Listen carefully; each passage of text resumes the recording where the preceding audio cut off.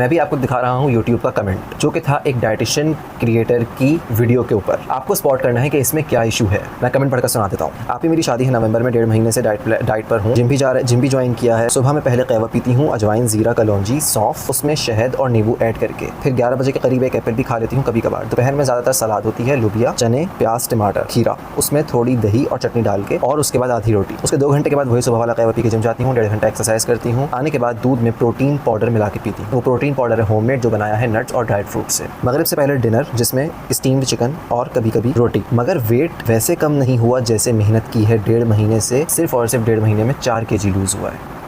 Could you guess it? Okay, 4 महीने का weight lose हो रहा, 1.5 महीने में 4 kg वेट लूज़ हो रहा है, जो कि बुरा नहीं है।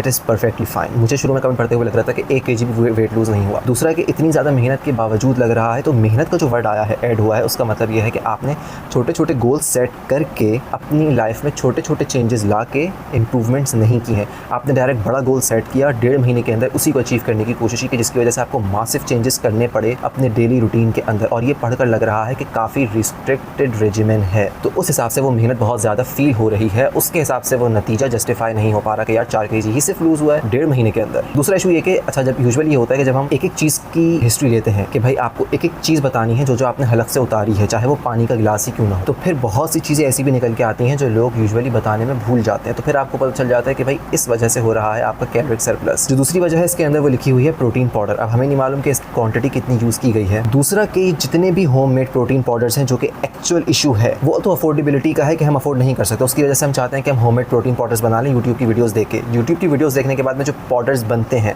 प्रोटीन पाउडर्स नहीं होते। वो या तो कार्बोहाइड्रेट का पाउडर है या वो फैट्स का पाउडर है। ड्राइड फ्रूट्स और नट्स का अगर आप बना रहे हैं तो वो बन रहा है फैट्स का पाउडर, क्योंकि नट्स, काजू, पिस्ता, बादाम, अखरोट, इनके अंदर में प्रोटीन नहीं है इतना। इनके अंदर 80% होते हैं फैट्स। ड्राइड फ्रूट्स के अंदर 80% होते हैं कार्ब्स, यानी छुआरा, चमड़ा खुबानी, इंजीर। तो नेचुरल शुगर्स हैं इनके अंदर, इनमें प्रोटीन नहीं है। नट्स के अंदर भी बहुत कम क्वांटिटी में प्रोटीन होता है कि आप उसको पाउडर बना के नहीं कह सकते कि ये प्रोटीन पाउडर है। उसके अलावा आता है कि आप वो ओट्स का भी पाउडर यूज़ कर रहे होते हैं प्रोटीन के नाम पे, वो भी प्रोटीन नहीं है। उसके अंदर भी कार्बोहाइड्रेट्स बहुत ज़्यादा हैं। चने का सत्तू हो, उसके अंदर भी कार्बोहाइड्रेट्स बहुत ज़्यादा हैं। तो ये सारे कार्बोहाइड्रेट पाउडर्स होते हैं या फैट्स पाउडर्स होते हैं। तो इस चीज़ का आपने ध्यान रखना है कि जो आप चीज़ खा रहे हैं वो आपको पता हो कि वो क्या चीज़ है।